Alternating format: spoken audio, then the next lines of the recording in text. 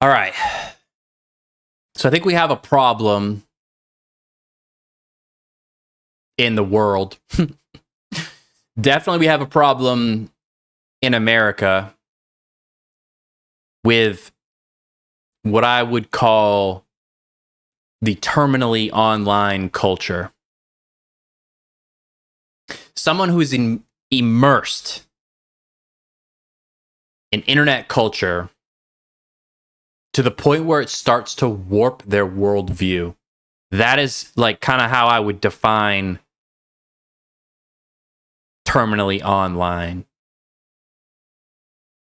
Like they start to filter their reality through trends, memes, like arguments, and the friggin' algorithm that we know feeds everybody rage. So these people that are terminally online, I think a lot of them, well, it's just going to be more, right? It's going to be more and more. But what I would say, like, I'm 42. God, I'm almost 43. People that are older than me, most are not people that I would say are terminally online because it's just not their generation. And I think my generation may be one of the last ones that would not be considered terminally online, because I think we were old enough to develop habits and like develop our sense of self prior to the internet coming. And now other kids these days are literally just born and raised on the internet. And I know, like you know, the internet is a dark place. Dark, right? So you have more and more kids these days that actually don't really go out and interact. They go to school, but during the pandemic, they didn't, you know? And for some of them, those were like the formative years for socialization.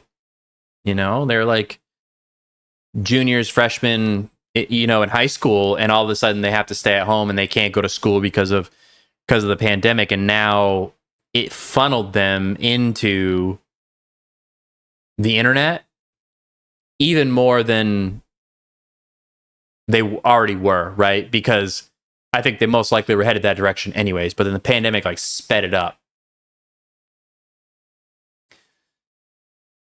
So these younger generations, they go to school, they come home, they don't even really hang out with friends anymore. Like they do, but it's like through their phone. If you want to, not very many kids like go over to each other's houses anymore. It's like, why would we do that? We could just like play video games. I'll be at my house and I'll play video games, and Johnny will be at his house and he'll play video games, and we'll like talk to each other through it or whatever, but we don't like need to be in the same room. That's like, I remember when we would have LAN parties and we would like literally bring our computers or our Xboxes over to our friend's house and set it up. We would play video games, but we'd be like in the same room, you know, and that's gone. There's no need for it now, you know? So anyways, this group of kids are just more subject to this. They're more susceptible to this terminally online culture. And I think it really raises some issues. Anxiety, fear. The way the algorithm works is like not for a long time, but in the beginning, people thought the algorithm created echo chambers, right? Where you would only really like, if you flip it through Instagram, you would only see, or maybe I'll use TikTok as an example better. So you're scrolling through TikTok, and the way we thought it worked in the beginning was that it would only show you videos that you liked, right? And so if you had a certain viewpoint on something, you would then think, well, you're going to get more videos on that viewpoint to sort of like cement that idea that you think. But in reality, no. Somewhere along the line, they realize that it's much more engaging for the algorithm to feed you things that make you mad. Okay? So say you have like a very strong belief in I don't freaking know, like that Toyota Tacomas are the best truck ever, right? You're like, I'll like go to my grave believing that. And for whatever reason you like hate Ford owners. Well, would the algorithm feed you videos of Toyota Tacomas being awesome? No. What it would do is feed you videos of like Ford trucks pulling Tacomas out of ditches just to get you mad, because you'll watch it and you'll try to figure out why that happened. And then you like engage with comments and you go back and forth with people. So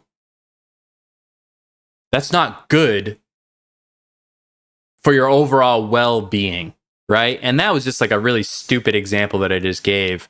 But now let's ramp it up some. Let's say you're a conservative Christian and your algorithm keeps feeding you the farthest left characters that you could even like possibly think up, right?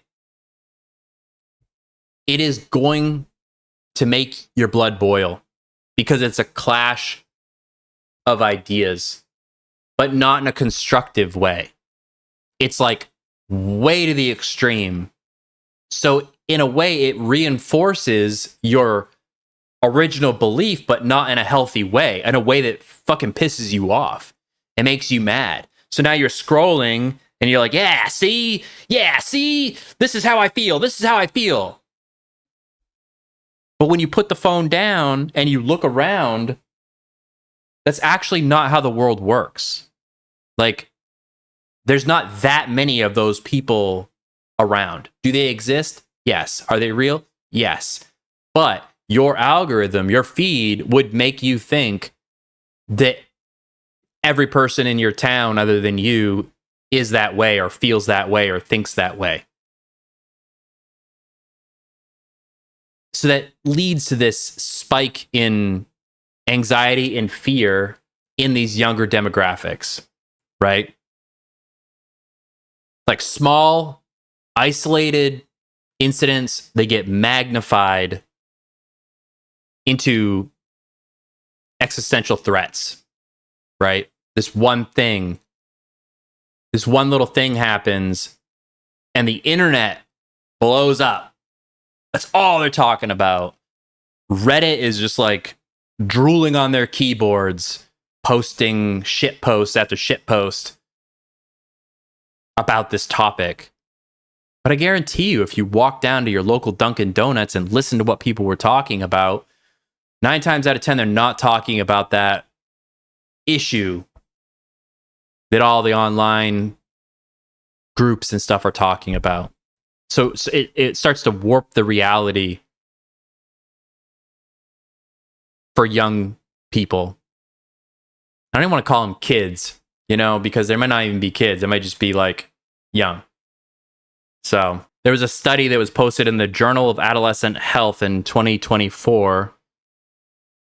Over 50% of the participants reported a positive link between social media use and anxiety.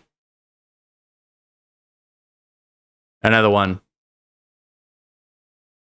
After colleagues gained access to Facebook, there was a 20% increase in anxiety disorders.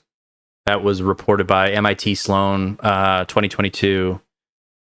During COVID, 55.4, it's very specific, reported moderate to high anxiety tied to social media news exposure. Oh my God. Yeah, remember that? Remember that? That was so... It's surging. The surge is happening. The surge. I'm like, I swear to God, unless somebody's ordering a soda, after that, I never wanted to hear the word surge again. I got so freaking sick of it. But it was like the mainstream news's way of just like getting those views, you know what I mean? Getting those clicks. Tune in to see what's surging tonight, right? So again, it distorts the perception of reality. I think oftentimes like here's an example. People will think society is collapsing because Twitter is fighting about an issue. And they'll be fighting about an issue that most people don't even know is happening, you know? But the algorithm will feed that perception. And so then if you, like, let's think about this. If you think that walking outside, you're going to get mugged and stabbed, right? I just did a video on the person that got stabbed in the neck on the train in North Carolina, right?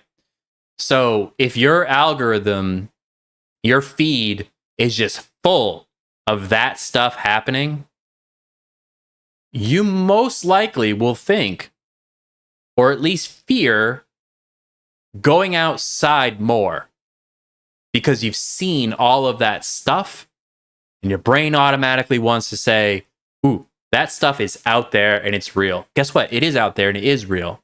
But your algorithm makes you think you're just going to be on the train dodging knives, right? It's just not reality. It is, but it isn't. And I think that's the hard part. It just warps, just takes reality and it kind of just tweaks it a little bit, just a little bit. It's like, yeah, people are getting stabbed. But let's crank it up to 10. So now everybody thinks they're going to get stabbed. So then people start to, like, I'm talking about young people, right? They start to avoid social situations out of fear or conflict or judgment.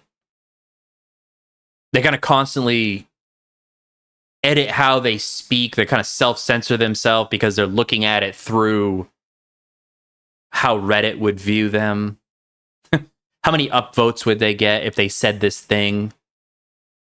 Well, if I change the way I say it, I'll get more upvotes. So maybe that is also how I should do it in real life. You know? I definitely think it increases distrust. They expect more hostility from strangers. Stranger danger. Stranger danger. And like we were talking in the last topic about othering, there's that sense of tribalism. They cling to that community that's on the other side of the screen, right? They go home from school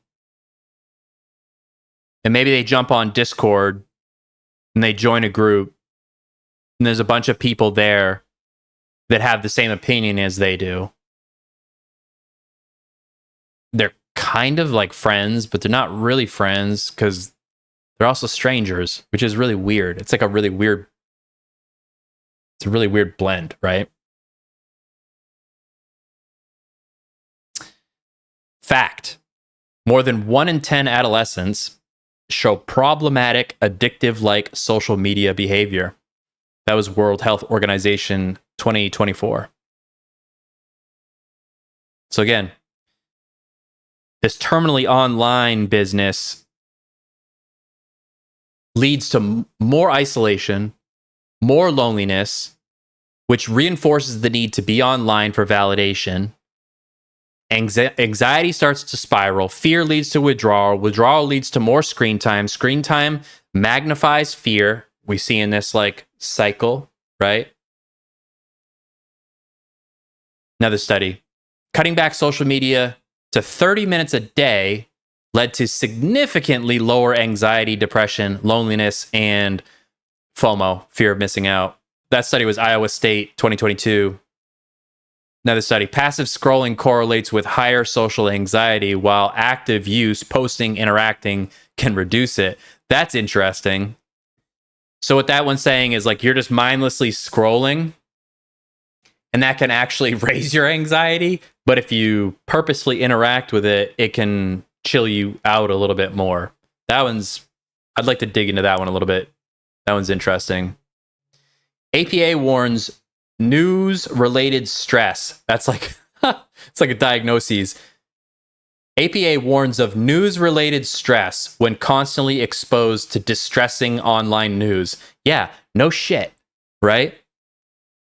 You watch a whole bunch of horrible stuff, and oftentimes your brain can't really, like, it can't realize that you're not in current danger. And I think some people are more reactive than others. Like I can think about something stressful and I can feel my heart rate raise. I can look at my watch and be like, I'm having a physiological response to this thought that is stressing me out. But my physiological response is fight or flight. It doesn't know that I'm laying in bed, covered up with a blanket, with a fan on me, and scrolling. Like all I'm doing is moving my finger like this, but my body gets the response that there's a friggin' lion about to attack me. It doesn't know the difference.